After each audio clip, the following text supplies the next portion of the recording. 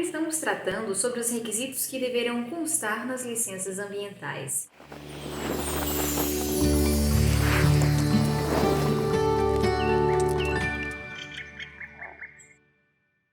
Um outro imprescindível é o seu prazo de validade, pois inexiste licença ambiental por prazo indeterminado.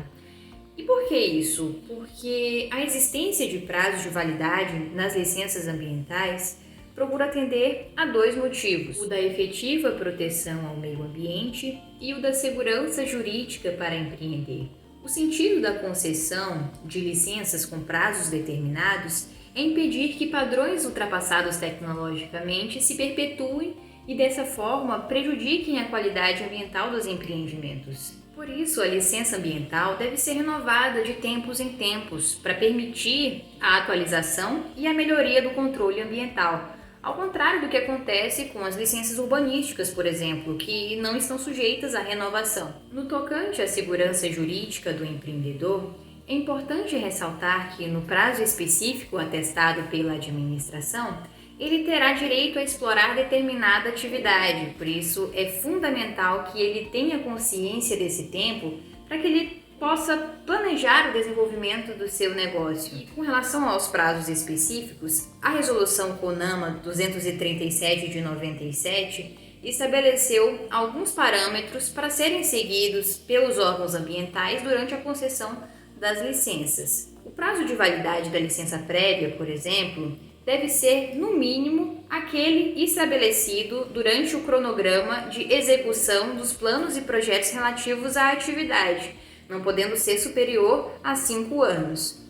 Já com relação à licença de instalação, o prazo deve ser, no mínimo, o fixado no cronograma de instalação da atividade, não podendo ser superior a 6 anos. Lembrando que ambas licenças poderão ser prorrogadas desde que o pedido seja justificado e a prorrogação não ultrapasse os prazos máximos estabelecidos para cada uma, pois se ultrapassarem, será necessário a obtenção de uma nova licença. Em relação à licença de operação, o prazo de validade deverá considerar os planos de controle ambiental elaborados e será de no mínimo 4 anos e no máximo de 10. Referente às licenças simplificadas que vimos no último vídeo, o órgão ambiental poderá estabelecer prazos de validades específicos para os empreendimentos ou atividades que, por sua natureza e peculiaridades, estejam sujeitos aos ritos simplificados. Ocorre que, na prática, essa exceção estabelecida para algumas atividades durante a primeira licença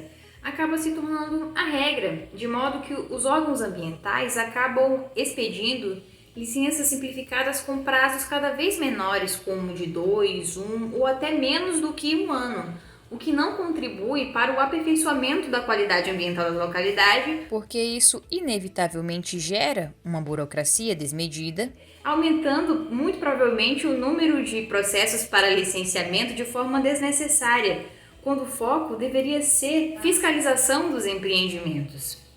Quando o prazo de validade da licença de operação ou simplificada estiver expirando, o empreendedor interessado em continuar com os seus trabalhos deverá requerer uma nova licença, pois ele não poderá prosseguir sem uma licença válida, sob pena de estar cometendo tanto uma infração ambiental, infração administrativa, como também um crime. É importante ressaltar que não existe a concessão de licença ambiental por decurso do prazo, haja vista a vedação expressa da Lei Complementar 140 de 2011.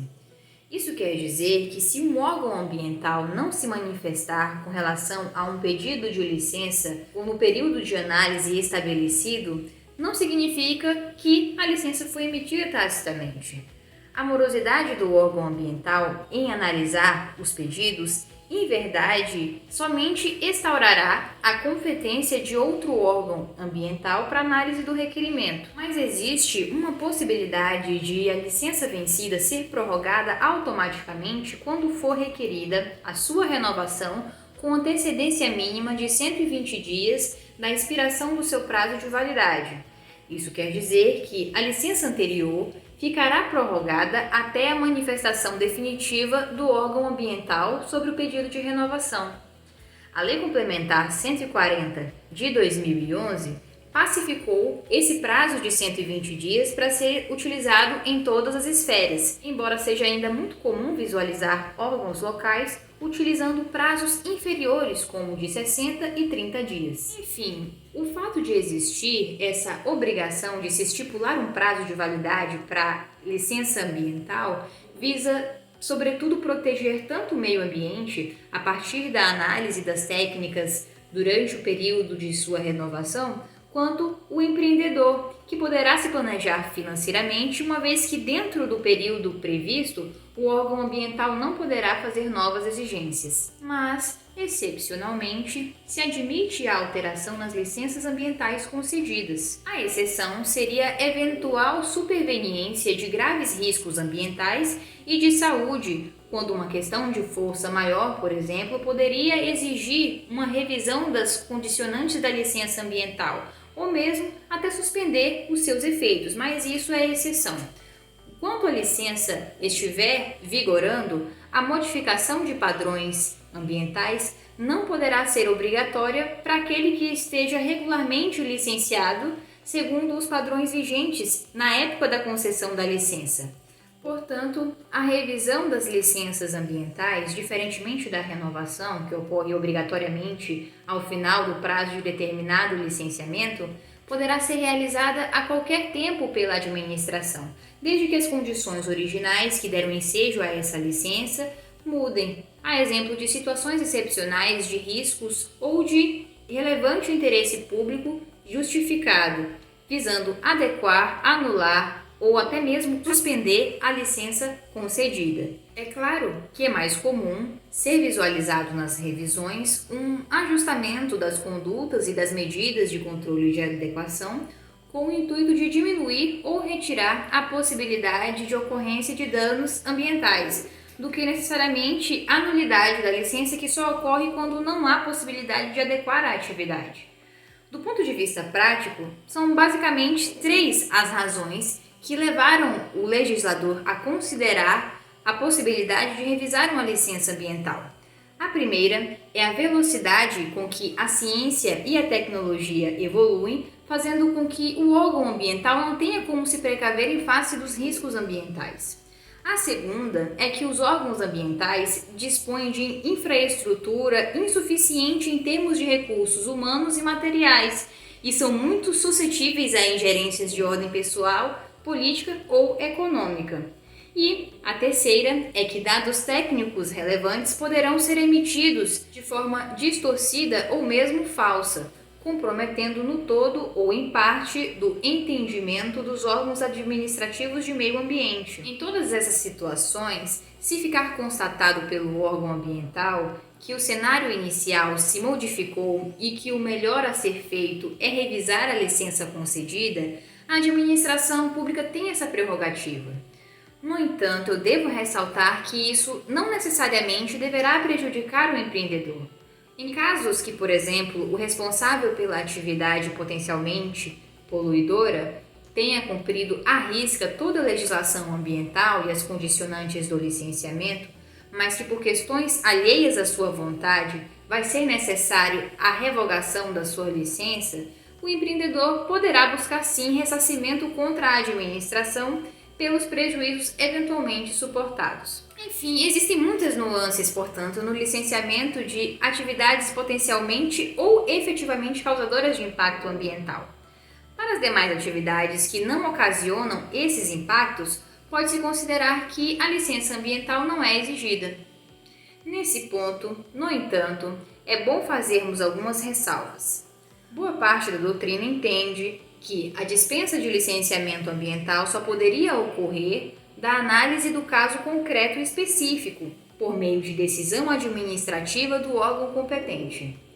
Contudo, na prática, o que se observa é que a administração lista as atividades que poderão ser dispensadas de ser submetida a esse processo de licenciamento ambiental, e normalmente essa listagem é aprovada por lei, resolução do Conselho ou algum ato do Poder Executivo, podendo contemplar tanto atividades que, independentemente do porte, causam impactos pouco significativos, a exemplo de escolas, creches, enfim, como também aquelas que, embora listadas como poluidoras, em razão do seu porte ínfimo, também são classificadas como pouco poluentes. Sendo a atividade listada, o interessado irá requerer ao órgão competente uma certidão ou declaração, instruindo o pedido com uma série de documentos que atestam ser a atividade pretendida exatamente aquela que o órgão considera ser suscetível da dispensa. É claro que tanto durante esse procedimento de análise documental quanto as situações de fiscalização futura, é possível que na prática, mesmo a atividade estando situada na listagem de dispensa, é possível que seja passível de licenciamento em razão de peculiaridades inerentes a essa atividade. Ressalto que a presença da atividade na lista de isenção do licenciamento ambiental, por si só, não dispensa a necessidade do requerimento para análise e emissão de parecer do órgão ambiental competente para o funcionamento do empreendimento e nem substitui quaisquer outras licenças ou autorizações necessárias, a exemplo da autorização para supressão de vegetação, licença para construir, alvarás, certidões ou qualquer outro documento exigido pela legislação urbanística que, para qualquer tipo de parcelamento, ocupação, enfim, determina que o interessado requeira a devida licença para o município, que é o ente responsável pela política de desenvolvimento urbano, conforme determina o artigo 182 da Lei Fundamental. Lembrando que até agora estivemos estudando as formas e requisitos para a concessão da licença preventiva. E aí você me pergunta, existe outro tipo de licença? Em verdade, existem basicamente duas modalidades de licenciamento ambiental, o preventivo e o corretivo. Ambos os tipos, para serem solicitados, irão considerar a fase em que o empreendimento se encontra. Se o empreendimento pretende se instalar e operar, será requerido o licenciamento preventivo, que foi estudado até o momento considerando o modelo trifásico e a licença simplificada clássica, como também a de adesão e compromisso, a LAC. Contudo, se o empreendimento potencialmente poluidor já estiver instalado ou em atividade, sem quaisquer interferências do órgão ambiental, e o empreendedor tem a pretensão de regularizá-lo, irá requerer ao ente competente a emissão da sua licença corretiva. Trata-se de uma licença capaz de englobar, na medida do possível, os três tipos de licença existentes, visto que as exigências que deveriam ter sido ao tempo da licença preventiva não foram feitas, mas poderão ser supridas nessa, através do cumprimento de determinadas medidas mitigadoras ou compensatórias. E como isso deve ser feito? Como inexiste uma regulamentação geral sobre o assunto, cada órgão irá poder adotar o procedimento que entender cabível. O que eu recomendo é que se verifique, primeiramente, como se deu o início dessa regularização. Se foi por iniciativa do empreendedor ou por provocação de algum ente público que notificou esse empreendedor para se regularizar, vai haver uma diferença. Se for uma regularização que parte do empreendedor, considero adequado que eventuais multas não sejam aplicadas, até porque seria um desestímulo à regularização. Mas, se a regularização se deu em razão da fiscalização do órgão, não vemos motivos para que não se adote as sanções pecuniárias devidas, por exemplo. Eu ressalto que essa sanção pecuniária não pode ser confundida com eventuais multas aplicadas na esfera civil ou penal, conforme veremos no módulo 3. Tampouco ela irá interferir nas demais sanções administrativas necessárias. Por exemplo, é bem possível paralisar um empreendimento até que sejam realizadas ações para se conter determinado dano ambiental, independentemente se o procedimento de regularização foi iniciado pelo empreendedor ou não. Além disso, se recomenda que logo no início do procedimento de regularização se firme com o empreendedor um TCA ou TAC por dois motivos. Primeiro, para que o empreendedor já se comprometa junto à administração a realizar algumas medidas ambientais necessárias de cunho mitigatório e compensatório, por exemplo. bem como resguardar o próprio interessado, que poderá solicitar que no próprio termo conste que ele irá poder continuar a operação do seu empreendimento até a concessão ou não da licença de correção e sem a possibilidade, nesse caso, de ser autuado durante este interregno.